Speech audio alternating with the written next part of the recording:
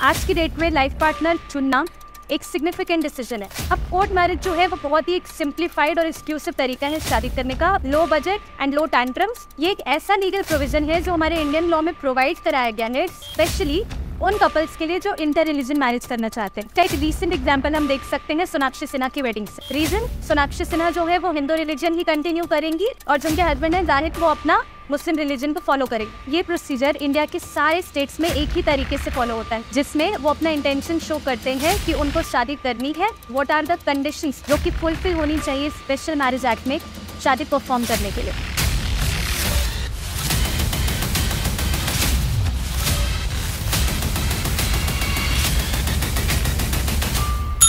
Hi everyone, welcome to my channel Shaks of law.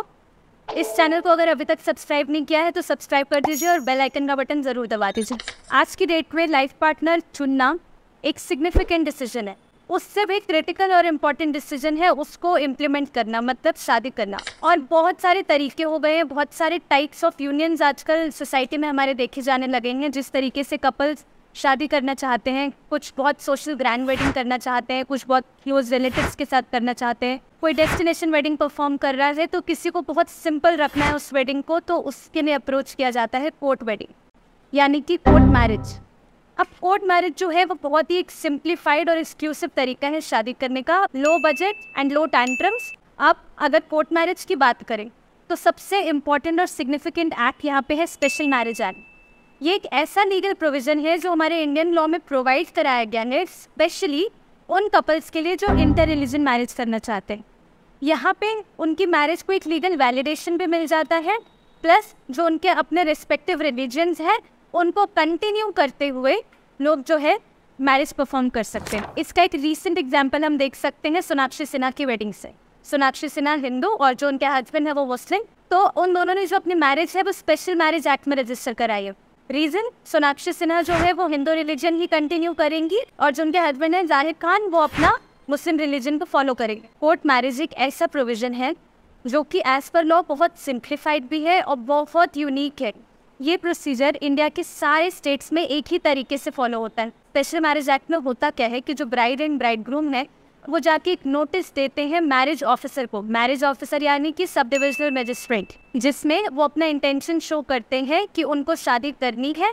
और ये किसी भी जुरिस्डिक्शन में दिया जा सकता है जहाँ पे ब्राइड या ब्राइड ग्रूम 30 दिन से रह रहे हो, उस जुरिस्डिक्शन में जाके आप इसको दे सकते हैं। अब बात करते हैं कंडीशंस की। व्हाट आर द कंडीशंस जो कि फुलफिल होनी चाहिए स्पेशल मैरिज एक्ट में शादी परफॉर्म करने के लिए।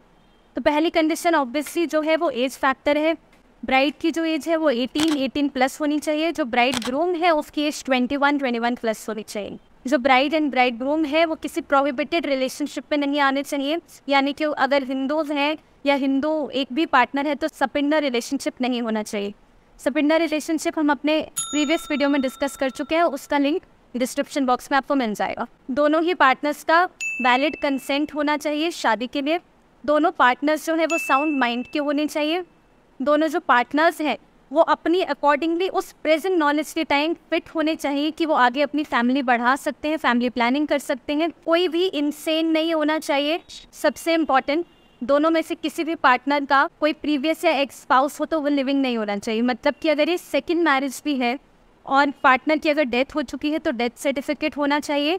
और सबसे इम्पॉर्टेंट ये है कि दोनों में से किसी का भी पार्टनर, मतलब कि अगर सेकंड मैरिज है तो स्पाउस जो है वो लिविंग नहीं होना चाहिए या प्रॉपर्ली सेपरेटेड होना चाहिए। अब बात करते हैं इसके लिए क्या क्या डॉक्यूमेंट्स हमें चाहिए होंगे। स्पेशल मैरिज एक्ट जो है वो रजिस्टर होती है in presence of marriage officer plus 3 witnesses. तो इसमें जो डॉक्यूमेंट्स है वो विटनेस के भी डॉक्यूमेंट्स लगेंगे और ब्राइड एंड ब्राइड ग्रूम के भी डॉक्यूमेंट्स लगेंगे। ब्राइड एंड ब्राइड ग्रूम की तरफ से जो डॉक्यूमेंट्स है वो होगा एक एफिडेविट। दोनों की तरफ से एक सेपरेट एफिडेविट साइन होता है कि दोनों जो है अपनी मर्जी से शादी कर रहे हैं, प्रॉपरली कंडीशंस जो एक शादी करने के लिए होनी चाहिए वो उसको क्वालिफाई करते हैं और साउंड माइंड से वो खुद से इस मैरिज को परफॉर्म करना चाहते हैं। दूसरा जो होगा हमारा Aadhaar card, PAN card, residential proof, birth proof, और इनकेस अगर एक्स पार्टनर कोई रह चुका है जिसकी डेथ हो गई है तो उसका डेथ सर्टिफिकेट, और अगर कोई डिवोर्सी है तो पुराने पार्टनर के साथ जो है डिवोर्स डिक्री। रही विटनेस के डॉक्यूमेंट्स की बात, तो विटनेस के डॉक्यूमेंट्स के लिए चाहिए होंगी पासपोर्ट साइज फोटोग्राफ्स जो कि ब्राइड एंड ब्राइड ग्रूम की भी चाहिए होंगी, plus pan card and residential proofs. Of witness and the bride and the bridegroom. तो ये रहे हमारे डॉक्यूमेंट्स। अब बात करते हैं प्रोसीजर एग्जैक्ट प्रोसीजर क्या है स्पेशल मैरिज को परफॉर्म करने का। So first step is notice of marriage.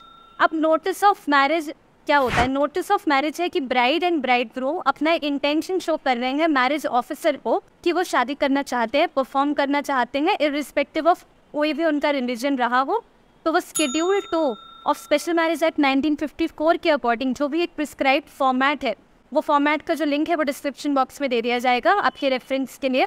वो एक सबमिट कर दिया जाए मैरिज ऑफिसर को, जो कि वो साइन करेंगे और सबमिट कर देंगे। और ये डॉक्यूमेंट सबमिट कर दिया जाता है 30 दिन पहले, जिस दिन का भी उनको रजिस्ट्रेशन सर्टिफिकेट चाहिए उससे 30 डेज पहले सबमिट कर दिया जाएगा। और सबसे इंपॉर्टेंट चीज़ है ज्यूरिसडिक्शन। तो ये उस ज्यूरिसडिक्शन के मैरिज ऑफिसर को दिया जाएगा जहाँ पे ब्राइड या ब्राइडग्रूम दोनों में से कोई भी एक 30 दिन तक कंटिन्यूसली उस एरिया में रह चुके हैं। अब होता है पब्लिकेशन ऑफ द नोटिस।